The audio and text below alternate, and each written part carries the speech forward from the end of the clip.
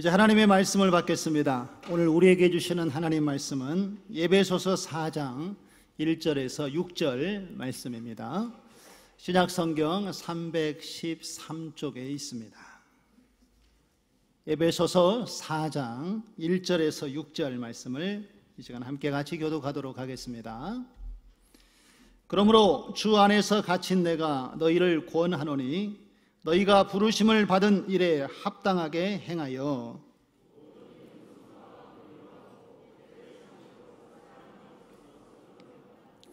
평안에 매는 줄로 성령이 하나 되게 하신 것을 힘써 지키라.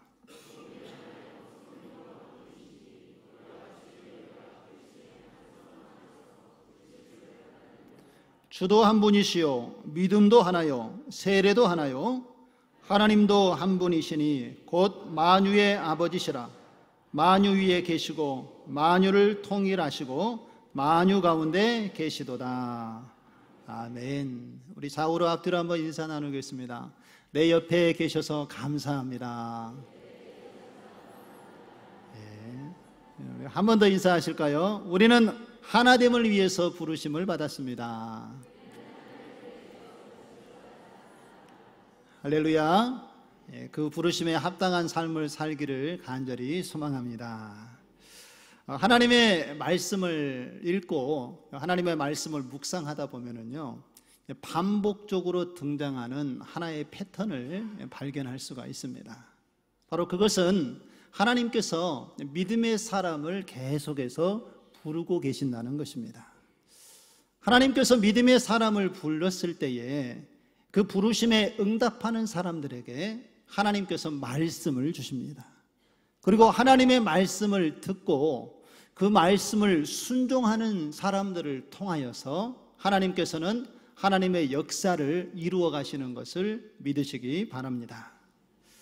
사무엘상 3장에 보면은요, 하나님께서 어린 사무엘을 부르시는 것을 볼 수가 있습니다. 사무엘아 사무엘아 이렇게 하나님께서 부르시죠. 하나님께서 이 어린 사무엘을 부르실 때는요, 사무엘이 엘리 제사장 앞에서 하나님을 섬길 때였습니다. 그리고 그때 사무엘은 하나님의 언약궤가 있는 곳에서 잠을 자고 하나님을 섬기는 가운데 있었고요. 바로 그 시대는 사사시대의 마지막 부분이어서 영적으로 매우 어두운 그런 이스라엘의 암흑기의 시대였던 것을 볼 수가 있습니다. 바로 그때에 하나님께서 어린 사무엘을 부르셨습니다. 사무엘아 사무엘아 하고 부르니 그때까지만 해도 사무엘은 아직 하나님을 경험해 보지 못했습니다. 하나님의 음성도 듣지 못하여서 이 부름이 하나님의 부르심이었는지는 알지 못했던 것이죠. 그래서 사무엘은 누구에게 찾아갔겠습니까? 자신이 모시고 있는 엘리 제사장에게 찾아가서 저를 부르셨기에 제가 오늘 이곳에 왔습니다 라고 사무엘이 이야기하자 엘리 제사장은 내가 부른 적이 없는데 어찌하여 왔느냐라고 이야기하면서 다시 내가 있는 처소로 가서 쉬어라 라고 엘리가 사무엘에게 이야기를 합니다. 사무엘이 누워서 있는데 다시 하나님께서 또 사무엘을 부르시죠. 사무엘아 사무엘아. 사무엘은 여전히 또 엘리 제사장이 부른 줄 알고 또 엘리에게 다가갔지만 동일한 이야기를 듣고 돌아왔습니다. 그리고 세 번째 하나님께서 사무엘을 부르시자 사무엘이 또 똑같이 엘리에게 나아갔을 때 엘리 제사장이 그제서야 하나님께서 지금 사무엘을 부르고 계시는구나 라는 것을 깨닫고 이제 그 부름에 어떻게 반응을 해야 되는지 엘리 제사장이 사무엘에게 알려줍니다. 오늘 사무엘상 3장 10절에서 11절에 하나님께서 네 번째 사무엘을 부르십니다. 사무엘아 사무엘아 라고 부르자 엘리 제사장이 가르쳐준 대로 사무엘이 반응을 합니다. 말씀하옵소서 주의 종이 듣겠나이다 라고 사무엘이 대답을 합니다. 그러자 하나님께서 사무엘에게 이렇게 말씀을 하시죠. 오늘 11절 말씀 보라, 우리 같이 한번 읽어보실까요? 보라, 내가 이스라엘 중에 한 일을 행하리니 그것을 듣는 자마다 두 귀가 울리리라. 할렐루야. 하나님께서 하나님의 부르심에 사무엘이 믿음으로 반응하자 하나님께서는 사무엘에게 사명을 주시고 영적으로 어두워져 있었던 그 이스라엘 백성들의 귀를 열도록 사무엘을 이스라엘의 마지막 사사로 세우셔서 그를 통하여 일하시는 것을 볼 수가 있습니다. 이처럼 하나님께서는 끊임없이 믿음의 사람을 부르고 계십니다. 아브라함을 부르셔서 하나님께서는 그를 믿음의 조상으로 삼으셨습니다. 그리고 모세를 부르신 다음에 하나님께서는 모세를 통하여서 이스라엘 백성들을 애굽의 종에서 이끌어내는 영적인 지도자로서의 그를 사용하셨던 것을 볼 수가 있습니다. 또 하나님께서는 다윗을 부르셔서 다윗에게 기름 부어 이스라엘의 왕이 되게 하고 이 백성들이 하나님을 섬길 수 있는 이스라엘의 통일 왕국으로 다윗을 사용하여 백성들이 하나님을 섬기도록 이끌어 주셨습니다. 그리고 여러 선지자들을 부르시고 세우셔서 이스라엘 백성들이 하나님의 말씀대로 길을 걸어가지 못하고 하나님을 의지하지 못할 때에 그들의 입술을 통하여 하나님의 말씀을 선포하게 하시고 하나님을 바라볼 수 있도록 인도하시는 귀한 사역을 하나님의 말씀에 순종하는 날을 통하여서 이루어 가셨던 것을 볼 수가 있습니다. 또 예수님께서 이 땅에 오셔서 제자들을 부르셨고 또 제자들에게 예수님의 사역을 직접 보여주시고 이 땅에서 예수님을 대신하여 감당할 그 사명을 감당하도록 부르셔서 그 일을 이루시는 하나님의 역사를 성경의 곳곳에서 우리가 살펴보게 되어집니다. 하나님께서는 이렇게 우리를 끊임없이 부르고 계십니다. 사무엘이 처음에 하나님의 음성을 듣지 못하였지만 그가 하나님의 말씀을 들을 때까지 찾아오셔서 그를 부르시고 그가 말씀에 순종하여 하나님의 일을 이루어 갔던 것처럼 하나님께서는 동일하게 오늘 이곳에 찾아오셔서 저와 여러분들을 부르고 계심을 믿으시기를 바랍니다. 그리고 우리가 그 하나님의 말씀에 믿음으로 순종할 때에 하나님께서는 우리를 통하여 이 시대에 필요한 하나님의 놀라운 역사를 이루어 가신다는 것을 믿으시고 약속의 말씀에 믿음으로 오늘 사무엘처럼 말씀하옵소서 주의 종이 듣겠습니다 고백하고 하나님께 쓰임받는 저와 여러분 되어지기를 주님의 이름으로 축원드립니다. 그렇다면 하나님께서 우리는 어떠한 방법으로 우리를 부르고 계실까요? 하나님께서 우리를 부르시는 방법은 다양하십니다. 우리가 하나님의 말씀인 성경을 읽을 때에 그 성경 말씀을 통하여 우리에게 하나님께서 말씀을 주시고 우리를 부르시기도 합니다. 또 다른 방법으로는 오늘 이렇게 예배 시간에 설교의 말씀을 들으면서 하나님의 부르심이 무엇인지 또 하나님의 말씀을 나에게 어떻게 전달하시는지 하나님께서 또 깨닫게 하시기도 합니다. 또 믿음의 사람들과 함께 대화를 나누고 이야기하고 믿음의 교제를 나누는 가운데에도 하나님께서는 우리를 부르시고 하나님의 말씀을 우리에게 나타내시기도 합니다. 다양한 방법을 통하여서 하나님께서는 우리에게 말씀을 하고 계십니다. 그러기에 우리가 귀를 열고 영안이 열려져서 하나님께서 우리에게 주시는 말씀을 잘 듣고 깨닫는 가운데에 그 말씀에 순종함으로 하나님의 길을 걸어갈 수 있는 우리의 모습 되어지기를 소망합니다. 오늘 본문의 말씀에 보면은요, 사도 바울은 에베소 교회의 성도들에게 너희가 하나님의 부르심을 받았으니 이 부르심에 합당한 삶을 살라라고 권면을 하고 있습니다. 오늘 1절의 말씀을 한번 보실까요? 그러므로 주 안에 갇힌 내가 너희에게 권하노니, 우리 같이 한번 읽어보실까요? 너희가 부르심을 받은 일에 합당히 행하여. 할렐루야. 여러분, 여기서 부르심을 받았다라고 이야기하는데 여기서 부르심을 입은, 부르심을 받은 이라는 이 말은 헬라어로 보면 에클레시아와 같은 단어입니다. 그래서 바로 교회를 이야기하는 것이죠. 우리가 어디로 부름을 받았는가 하면 우리는 교회 안으로, 교회의 일원으로, 교회의 성도로 하나님께서 우리를 불러주셨다라는 것을 오늘 사도 바울은 말씀을 하고 있습니다. 바울이 이 에베소 교회의 성도들에게 교회의 일원으로, 성도로 이제 부름을 받았으니 그 부르심에 합당한 삶을 성도로서 살아가야 한다라고 오늘 말씀을 하고 있는 것이죠. 그렇다면 하나님께서 부르심에 합당하게 우리가 행한다는 말의 의미는 무엇일까요? 오늘 사도 바울은요 4절과 6절의 말씀을 통하여서 우리가 하나님의 부르심에 합당한 삶이 무엇인지에 대해서 우리에게 말씀을 하고 있습니다. 4절과 6절의 말씀을 보면은요, 몸이 하나요 성령도 한 분이시니 이와 같이 너희가 부르심의 한 소망 안에서 부르심을 받았느니라. 주도 한 분이시요 믿음도 하나요 세례도 하나요. 우리 같이 한번 읽으실까요? 하나님도 한 분이시니 곧 만유의 아버지시라. 만유 위에 계시고 만유를 통일하시고 만유 가운데 계시도다. 할렐루야. 오늘 사도 바울이 오늘 에베소 교회 성도들을 향하여서 부르심에 합당한 자가 되라라고 말씀하시면서 하셨던 이어진 말씀이 오늘 4절과 6절의 말씀인데, 여기에 보면 사도 바울이 7번에 걸쳐서 한 분이라는 단어를 반복하여 사용하고 있는 것을 볼 수가 있습니다. 주님도 한 분이시고 성령도 한 분이시고 또 우리의 그리스도 안에 몸도 하나이고 믿음도 하나고 세례도 하나고 하나님도 한 분이시다라고 강조하시는 이유가 무엇일까요? 바로 이것은 우리가 주 예수 그리스도 안에서, 하나님 안에서, 성령 안에서 하나 되는 것의 중요성을 이야기하기 위하여서 오늘 사도 바울이 강조하여 반복하여 이야기하고 있는 것을 볼 수가 있습니다.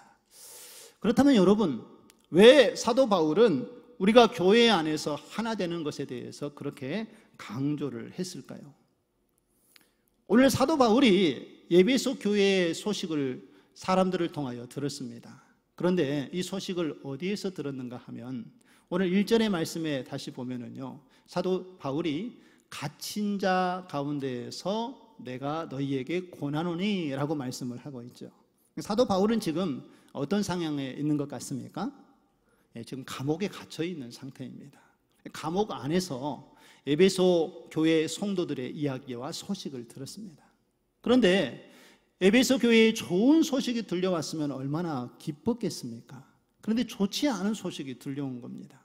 에베소 교회의 성도들이 서로 연합하여 하나 되지 못하고 있다는 소식을 듣게 되니 감옥에 있는 사도 바울의 마음이 얼마나 안타까웠겠습니까? 저도 영적인 지도자로서 세움을 입고 오늘 사도 바울의 입장을 생각을 해보니까 그 마음이 좀 이해가 됩니다. 우리 성도들의 소식이 전해질 때에 좋은 소식이 전해지면 얼마나 기쁘고 좋은지 모릅니다. 그런데 좋지 않은 소식들이 들려지고 또 교회 안에서 어떤 하나 되지 못하는 소식이 들려진다면 그것만큼 영적인 지도자로서 또 리더의 입장에서 마음 아프고 가슴 아픈 일이 무엇일까? 또 다른 것으로 비교할 수가 없다라는 생각이 듭니다. 아마 사도 바울이 그러한 마음이었을 것입니다. 그래서 하나님 안에서 부르심을 받은 하나님의 자녀요 거룩한 백성이 되어서 그 부르심에 합당한 모습을 가지고 살아야 하는데 그러지 못하고 다투고 있는 모습의 소식을 들었으니 안타까운 심정으로 사도 바울이 에베소 교회에 편지를 쓴 것입니다. 그리고 어떻게 하나됨을 이루어야 되는가에 대해서 그들에게 알려주고 하나님의 마음을 전하기 위하여서 보내진 편지가 바로 에베소서의 말씀이라는 것이지요. 그래서 사도 바울은 우리 교회 안에서 성도들이 어떻게 하나 되어야 하는가에 대해서 이제 자세하게 오늘 본문의 말씀을 통하여 이야기를 하고 있습니다. 이 권면은 에베소 교회에게만 주는 권면이 아니라 오늘 하나님을 믿고 하나님의 자녀가 된 저와 여러분에게도 동일하게 주어진 하나님의 말씀인 것을 믿으시기를 바랍니다. 그리고 오늘 이 말씀을 통하여 어떻게 우리가 하나님 안에서 하나됨을 이루어야 되는지 이 시간 함께 살펴보도록 하겠습니다. 먼저 우리가 하나님 안에서 하나됨을 이루기 위하여서는 겸손함과 온유함으로 서로를 바라보며 섬기는 마음이 우리에게 있어야 됩니다. 오늘 2절의 말씀을 보시면은요, 모든 겸손과 온유함으로 하라라고 사도 바울이 권면을 하고 있습니다. 하나님 앞에 부름받은 합당한 자의 삶을 살기 위해서 우리가 가져야 될 성품은 겸손함과 온유함이라는 것입니다. 여러분, 우리가 하나 되기 위해서는요, 서로를 위해서 섬기는 마음이 있어야 되는데, 바로 이것을 서로에 대한 예의를 지키는 것이다 라고 우리가 이야기할 수가 있습니다. 다른 사람에게 우리가 예의를 지킨다는 것은요, 그 사람을 서로 존중하는 마음을 가져야 가능합니다. 그렇다면 우리가 서로 존중한다는 의미는 무엇이겠습니까? 바로 여기에 겸손과 온유가 필요하다는 것입니다. 마태복음 11장 29절에 보면은요, 예수님께서 이렇게 말씀을 하셨습니다. 우리 같이 한번 읽어보실까요? 나는 마음이 온유하고 겸손하니 나의 멍에를 메고 내게 배우라. 그리하면 너희 마음이 쉼을 얻으리니. 할렐루야. 오늘 예수님께서는 나의 멍에를 메고 내게 배우라 라고 말씀을 하고 있습니다. 무엇을 배우라는 것이죠? 예수님이 가지고 계셨던 성품, 온유함과 겸손함을 배우라라고 말씀을 하고 있는 것입니다. 그런데 나의 멍에를 메고 배우라는 의미는 무엇일까요? 여러분, 멍에가 무엇인지 아십니까? 멍에는 이 가축이 쟁기를 밭을 갈기 위해서 그 가축의 등 위에 이 멍에를 올려놓고 거기에 쟁기를 연결을 합니다. 그러면 두 마리의 소나 말이나 나귀가 함께 힘을 모아서 주인의 안내를 따라서 밭을 가는, 경작하는 역할을 하게 되는 것이죠.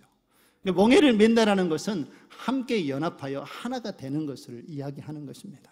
바로 예수님께서 나의 멍에를 메라라는 것은 나와 함께 거하며 하나가 되어서 내가 가지고 있는 이 온유함과 겸손함을 배워서 그것을 하나님 안에서 성도들 가운데 교회 안에서 드러내라라고 말씀을 하고 있는 것입니다. 그런데 여러분, 우리가 이 온유함, 이 겸손함은 저절로 얻어지는 것이 아닙니다. 그러기에 오늘 예수님께서 나와 함께 이것을 배우고 훈련하고 단련하여서 이 성품을 담고 예수님의 모습처럼 온유함과 겸손함을 우리 안에 가지라라고 말씀을 하고 있는 것입니다.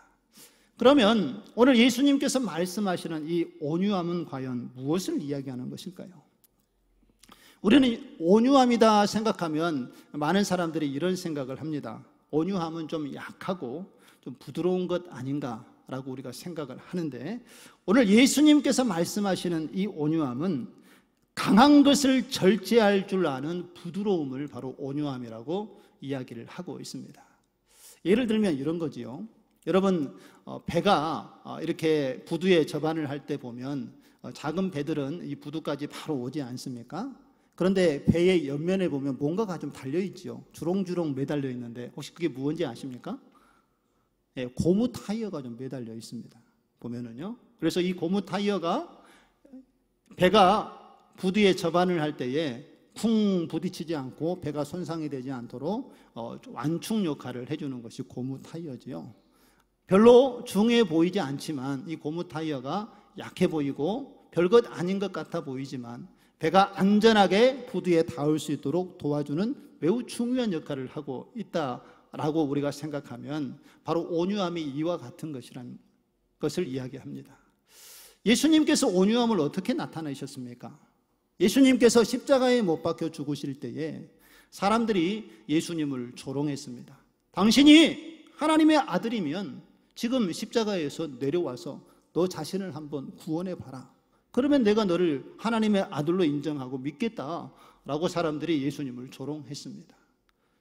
예수님이 십자가에 당장 내려오셔서 그 십자가의 문제를 해결하실 능력이 없으셨을까요? 예수님은 그와 같은 능력을 충분히 가지고 계신 하나님이시고 하나님의 아들이셨습니다. 아마 예수님을 조롱했던 자들을 하나님의 말씀으로 다 심판하고 그 십자가를 다 해결하실 수 있는 능력이 예수님께 있었지만 예수님은 하나님의 뜻을 이루기 위해서 온유한 심정으로 하나님께서 원하시는 뜻을 바라보고 하나님의 시선으로 사람들을 바라보고 긍휼히 여기는 마음을 갖고 그 십자가를 지셨던 것을 볼 수가 있습니다. 예수님은 능력이 있으셨지만 그 능력을 사용하지 않고 하나님의 뜻을 이루어 가셨다는 것이죠. 이것이 바로 예수님께서 우리에게 보여주신 온유함이라는 것입니다.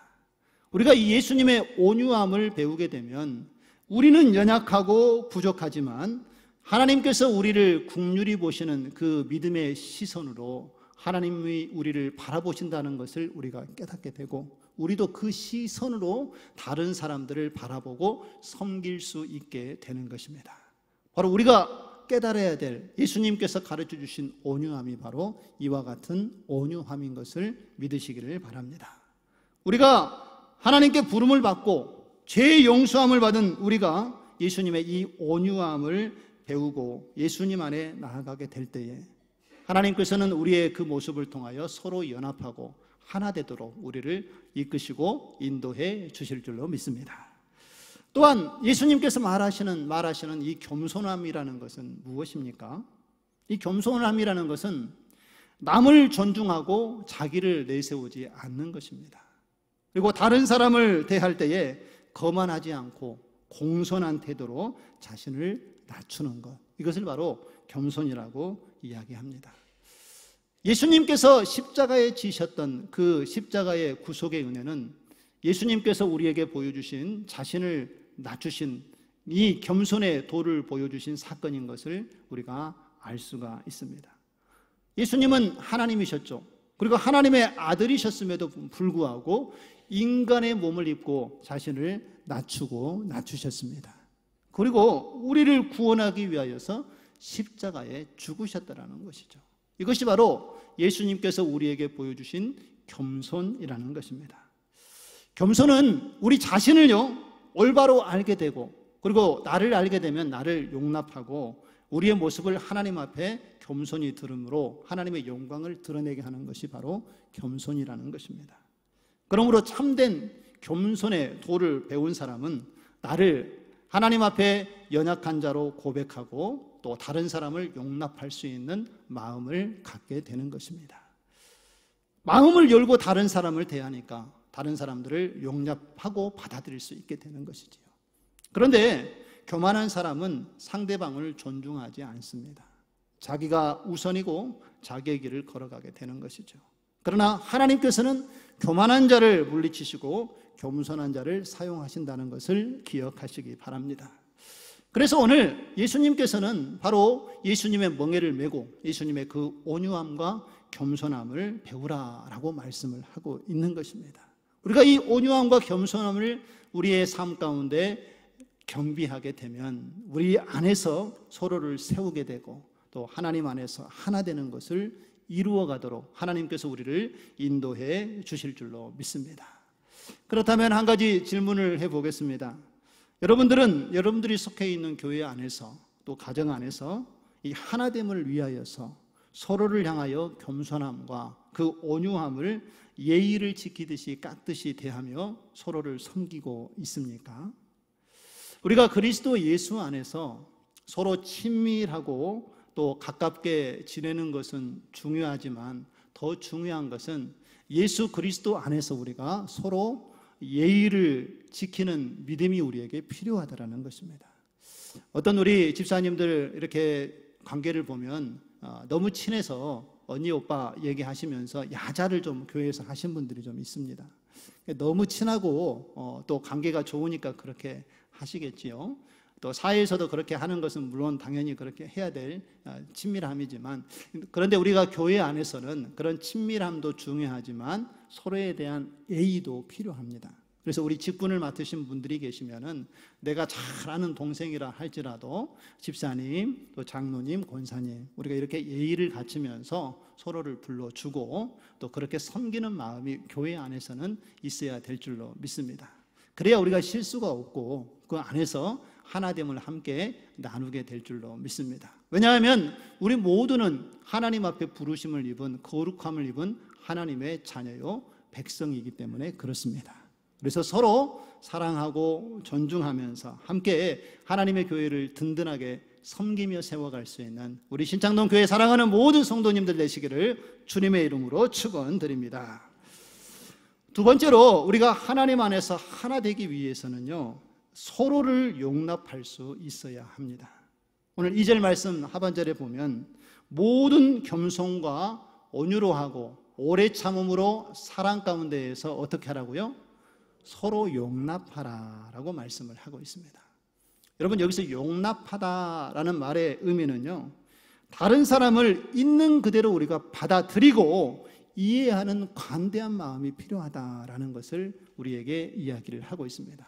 그런데 이 용납에 앞서서 오늘 사도 바울은 어떻게 용납을 하라고 이야기하고 있습니까? 그저 용납하는 것이 아니라 서로 용납하라라고 이야기를 하고 있습니다.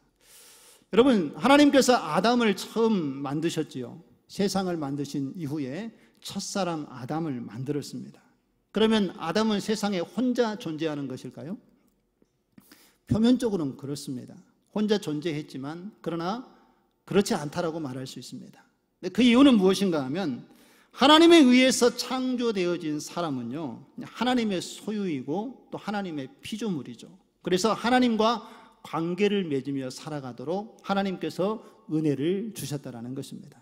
그래서 아담이 혼자 존재한 것이 아니라 하나님과 함께 존재하면서 하나님을 바라볼 수 있는 그 은혜를 창세부터 하나님께서 누리도록 아담과 함께 해 주셨다라는 것입니다.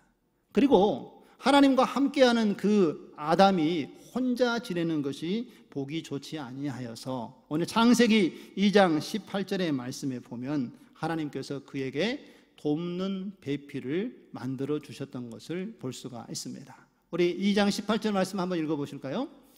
여호와 하나님이 이르시되 사람이 혼자 사는 것이 좋지 아니하니 내가 그를 위하여 돕는 배필을 지으리라 하시니라. 할렐루야. 하나님께서는 우리를 만드실 때요, 각기 다른 모습으로 창조하셨습니다. 남자와 여자로 창조하셨고 또 우리의 모습은 서로 성품이 다르고 또 우리의 특성이 다르도록 하나님께서 그렇게 만드셨습니다. 그런 모습이 서로 다르기 때문에 하나님께서는 서로 돕고 협력하도록 우리 안에 그 관계를 만들어 주신 것입니다. 그래서 우리가 하나님 안에서 서로 용납하고 서로의 다름을 인정할 때에 하나님 안에서의 그 하나됨을 이루어 갈 수 있음을 믿으시기를 바랍니다.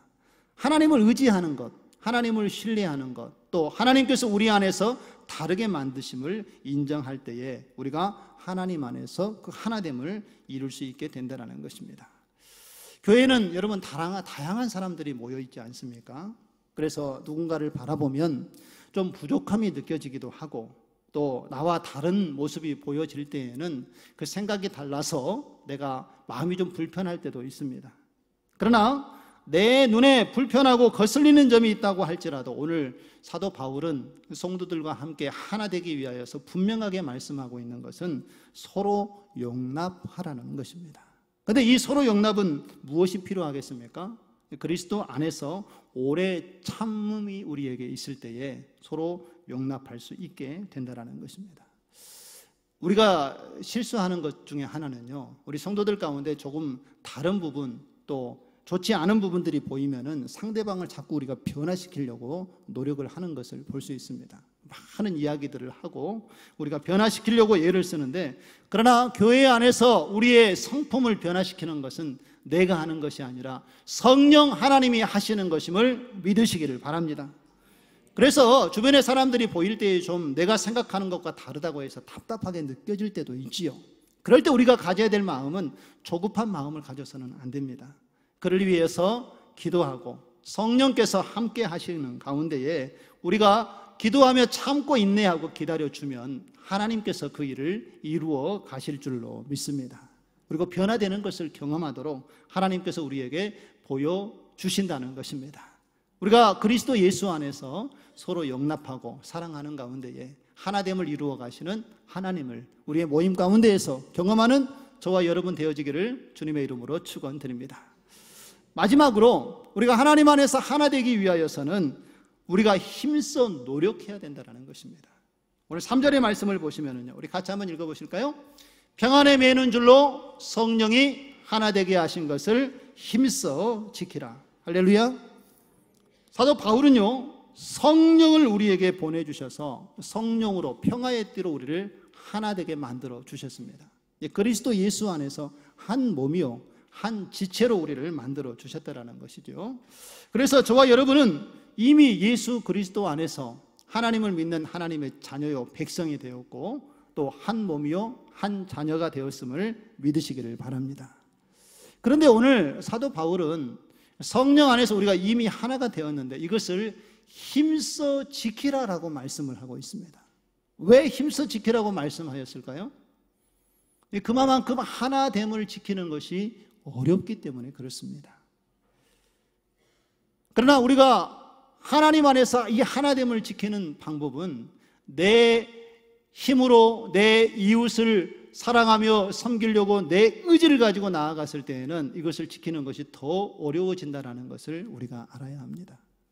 하나님 안에서 이 하나됨을 지키기 위한 가장 중요한 방법은 내가 먼저 하나님과 함께 하나 되는 일에 힘써야 된다는 것을 믿으시기를 바랍니다.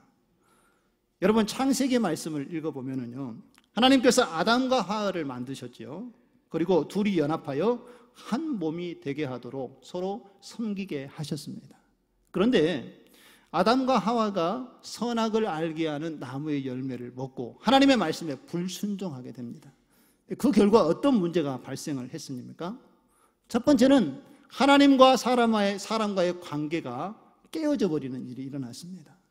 그리고 하나님께서 아담을 부르실 때에 아담의 그 죄가 없을 때에는 하나님의 은혜 안에서 풍성함을 에덴 동산에서 누렸는데 하나님을 대하는 것이 두렵게 되고 말았습니다.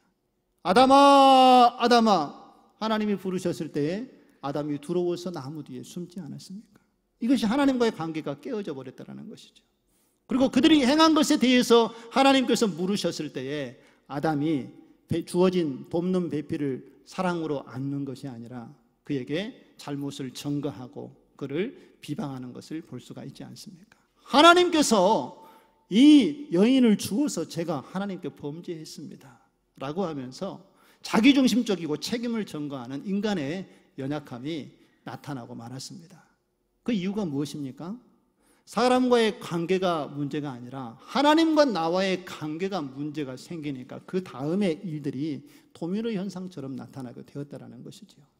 그래서 우리가 하나님과의 관계를 온전히 회복할 때에 우리는 하나님 안에서 하나 되는 하나님의 역사를 이루어가게 되는 것을 믿으시기 바랍니다. 우리가 하나님과의 온전한 관계를 이루어가면 다른 사람들과의 관계와 성도들과의 관계의 하나됨은 성령께서 우리를 붙잡아 주시고 한 소망 안에서 그 뜻을 이루어가도록 하나님께서 우리의 삶을 이끌어 주시고 인도해 주신다는 것을 믿으시기 바랍니다. 저는 어제 우리 교회가 대청소의 날을 정하고 함께 청소하는 모습을 통하여서 이 하나 되는 모습을 직접 눈으로 경험을 했습니다. 지난주에 우리 교회 온 교인이 함께 모여서 봄맞이 대청소를 합시다 강구를 했지요. 그래서 고무장갑 끼시고 걸레도 하나 들고 함께 모이시기 바랍니다 했더니 어제 우리 많은 성도님들이 나오셨습니다. 그래서 기도하고 우리 교회 묵은 때를 막 정리를 했습니다. 거무줄도 거두고 버려야 될 물건들도 정리해서 버리는데 버려야 될 물건이 너무 무겁고 큰 거예요. 그래서 이걸 어떻게 버릴까 좀 고민이 되고 과연 이걸 우리가 내놓을 수 있을까 하는 생각이 들었는데 여러 성도들이 모여서 경험과 생각들을 함께 나누니까 역시 무거운 짐도 가벼워지고 그것을 쉽게 정리할 수가 있었습니다. 경험 많으신 장로님, 우리 집사님들이 앞서서 이거는 이렇게 하면 되고요, 이거는 이렇게 하면 됩니다 라고 이야기하니까 알겠습니다 그렇게 따라서 함께 서로 손을 모으니까 일이 매우 쉽게 해결이 됐습니다. 짐을 싣고 우리 식당에서 버려야 될 물건을 가지고 나가려고 하는데요, 문이 좁아서 이게 못 나가는 거예요. 턱 걸렸어요. 어떻게 해야 되나 했더니 한 집사님께서 문을 좀 빼면 됩니다 라고 이야기하는데 이 유리문이라 빼는 게 그냥 쉽지가 않더라고요. 일반인이 그냥 빼기에는 어려운 문이었는데 경험이 많은 집사님께서 제가 이거 빼는 거 봤는데 이렇게 하면 됩니다 하면서 문짝을 뺄 때 옆에서 도와드리니까 문이 쉽게 빠지고 또 나가야 될 짐이 쉽게 빠져나가는 것을 보면서 하나님 안에서 우리가 한 마음이 되고 하나님께서 하고자 하는 일에 믿음으로 순종하니 하나님께서 놀라운 역사를 이루어 가시는구나 하는 것을 경험을 하게 되었습니다. 그리고 한 집사님의 고백을 통해서 많은 감동을 받았습니다. 우리 연세 많으신 집사님 은퇴를 하시고 벌써 70이 훌쩍 넘으셨는데 매주 토요일마다 오셔서 교회를 청소하시는 우리 집사님이 계십니다. 그래서 그렇게 애쓰시는 모습을 보고 제가 너무 감사합니다. 힘들지는 않으십니까? 라고 물었더니 오히려 집사님께서 제가 교회에 와서 이렇게 청소하고 섬길 수 있는 것이 감사하지요. 제가 교회에 와서 청소를 하다 보니까 오히려 제 건강이 더 좋아졌습니다. 그래서 교회에 와서 청소하는 봉사가 너무 기쁘고 좋습니다. 라고 이렇게 고백하시는 소식을 듣고 소리를 듣고 제가 큰 감동을 받았습니다. 여러분, 하나됨은 예수 그리스도 안에서 그 약속의 말씀을 붙잡고 우리가 순종할 때에 하나님께서 그 역사를 이루어 가시는 것을 믿으시기를 바랍니다. 우리가 5월 15일 날 정교인 체육대회를 하지 않습니까? 바로 이것도 하나님께서 하나됨을 가지라고 하나님께서 우리에게 주신 귀한 시간인 것을 여러분 꼭 기억하시기 바랍니다. 하나님의 말씀을 아무리 들어도 그 말씀을 가지고 생활에서 우리가 살아내지 않으면 그 말씀이 생명 있는 말씀이 되지 않습니다. 그런데 체육대회로 우리가 함께 모여서 서로 협력하는 것도 배우고 서로 용납하는 것도 배우고 온유함과 사랑으로 섬기게 될 때에 하나님께서는 그 가운데에 하나님의 사랑을 깨닫도록 우리의 삶을 이끄시고 인도해 주실 줄로 믿습니다. 이번 체육대회 여러분들 함께 오셔서 그 은혜를 함께 나누시기를 바랍니다. 오늘 하나님께서는 저와 여러분들을 부르셔서 이제 예수님과 함께 그 멍에를 메고 예수님의 겸손함과 온유함을 배우도록 우리를 부르셨음을 기억하시기 바랍니다. 그리고 그 예수님의 부르심에 합당한 삶을 이제 성령으로 하나 되게 한 것을 붙잡고 함께 믿음으로 지켜가는 가운데에 우리 신창동 교회가 하나님께서 기뻐하시는 온전한 일들을 주님 안에서 성령의 충만한 가운데 이루어가는 저와 여러분 되어지기를 주님의 이름으로 축원드립니다.